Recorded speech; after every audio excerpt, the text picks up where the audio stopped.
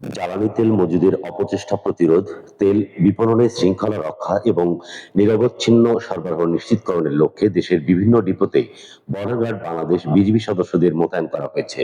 মধ্যপ্রাচ্যে চলমান সংকটের পরিপ্রেক্ষিতে বিশ্ববাজারে জ্বালানি তেলের সংকট ও দাম বৃদ্ধি পাওয়ায় অননুমোদিত জ্বালানি তেল মজুদের অপচেষ্টা পরিলক্ষিত হচ্ছে। জ্বালানি তেল মজুদের অপচেষ্টা প্রতিরোধ, জ্বালানি তেল বিতরণের শৃঙ্খলা রক্ষা এবং নিরবচ্ছিন্ন সরবরাহ নিশ্চিতকরণের লক্ষ্যে স্বরাষ্ট্র মন্ত্রণালয়ের নির্দেশে বিজিবি মোতায়েন করা হয়েছে।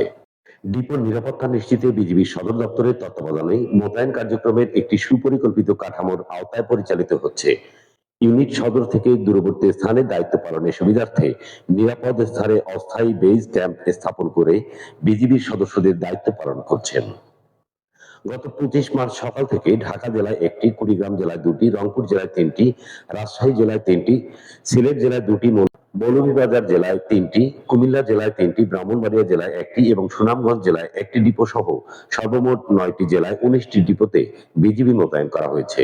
মোতায়েনকৃত বিজিবি সদস্যরা অস্থায়ী বেস ক্যাম্পে একজন কর্মকর্তার নেতৃত্বে নিয়মিত তদারকি, প্রশাসনিক ও নিরাপত্তা ব্যবস্থার কঠোর বাস্তবায়নে দায়িত্ব পালন করছে।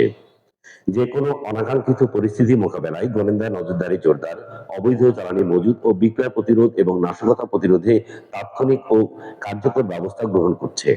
সংশ্লিষ্ট ডিপো এলাকায় বিজিবি মোতায়েন দৃশ্যমান উপস্থিতি নিশ্চিতের মাধ্যমে জ্বালানি তেলের সরবরাহ স্বাভাবিক রাখা এবং জনমনে আস্থা বৃদ্ধিতে কাজ করছে বিজিবি।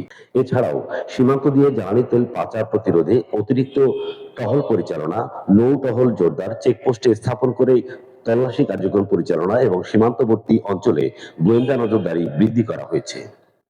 সীমান্তবর্তী আইসিপি ও এনসিপি গুলোতে নজরদারি বৃদ্ধির পাশাপাশি আমদানি রপ্তানিতে ব্যবহৃত ট্রাক, লরি সহ বিভিন্ন যানবাহনে নিয়মিত তল্লাশি করা হচ্ছে।